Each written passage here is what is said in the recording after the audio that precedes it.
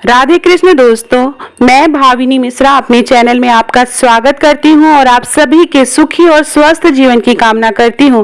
आप सभी को श्री महालक्ष्मी व्रत की बहुत बहुत शुभकामनाएं।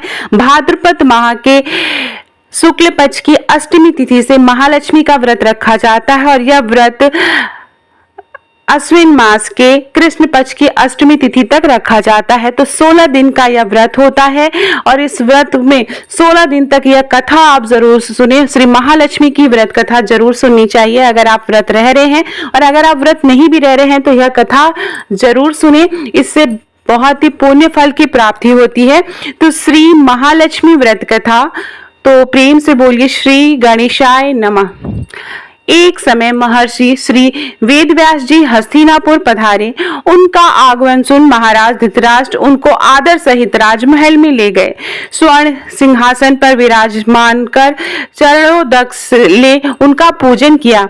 श्री व्यास जी ने माता कुंती तथा गांधारी के हाथ जोड़कर प्रश्न किया, हे महामुनि, आप त्रिकालदर्शी हैं, अतः आपसे हमारी प्रार्थना है कि आप हमको कोई ऐसा सरल व्रत तथा पूजन बताएं जिससे हमारा राज्य लक्ष्मी, सुख संपत्ति, पुत्र पौत्रादि व परिवार सुखी रहे। इतना सुनकर श्री वेदव्यास जी कहने लगे, हम एक ऐसे व्रत का पूजन और वर्णन करते हैं जिससे सदा लक्ष्मी जी का निवास होकर सुख समृद्धि की वृद्धि होती है।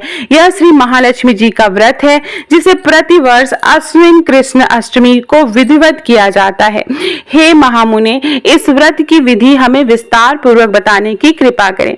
तब व्यास जी बोले, हे देवी, यह व्रत भाद्रपद शुक्ल पक्ष की अष्टमी से प्रारंभ किया जाता है। इस दिन स्नान करके 16 सूत के धागों का डोरा बनाएं, उसमें 16 गांठें लगाएं, हल्दी से पीला करें। प्रतिदिन 16 दूध और 16 गेहूं के डोरे चढ़ाएं। अश्विन मास में कृष्ण पक्ष की अष्टमी के दिन उपवास रखकर मिट्टी के हाथी पर श्री महालक्ष्मी जी की प्रतिमा स्थापित कर विधि पूर्वक पूजन करें। इस प्रकार श्रद्धा भक्ति सहित महालक्ष्मी का व्रत पूजन करने से आप लोगों की राज्य लक्ष्मी में सदा अभिवृद्धि होती रहेगी। इस प्रकार व्रत का विधान बताकर श्री वेद व्यास जी अपने आश्रम को प्रस्थान कर गए। इधर समयानुसार भाद्रपद शुक्ल अष्टमी से गांधारी तथा कुंती अपने अपने महलों में नगर की स्त्रियों सहित व्रत का आरंभ करने लगी। इस प्रकार 15 दिन बीत गए।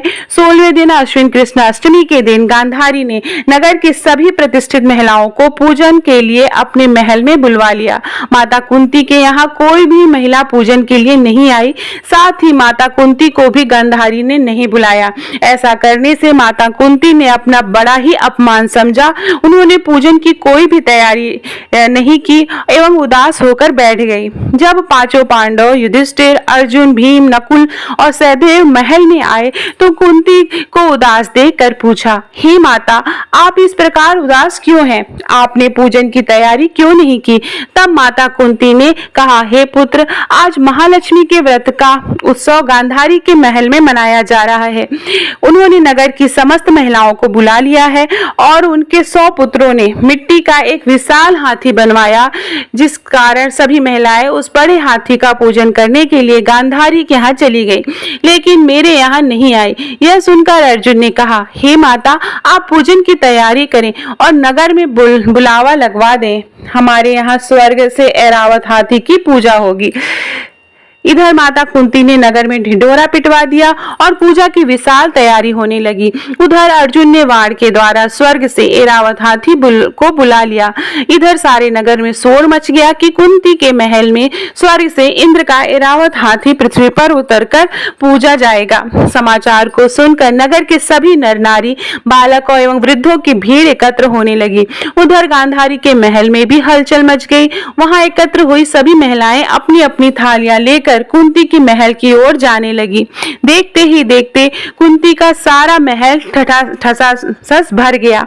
माता कुंती से ऐरावत को खड़ा करने हेतु अनेक रंगों के चौक पुरवाकर नवीन रेशमी वस्त्र बिछवा दिए। नगरवासी स्वागत की तैयारी में फूल, माला, अबीर, गुलाल, केसर हाथों में लिए पंक्तिबद्ध खड़े थे।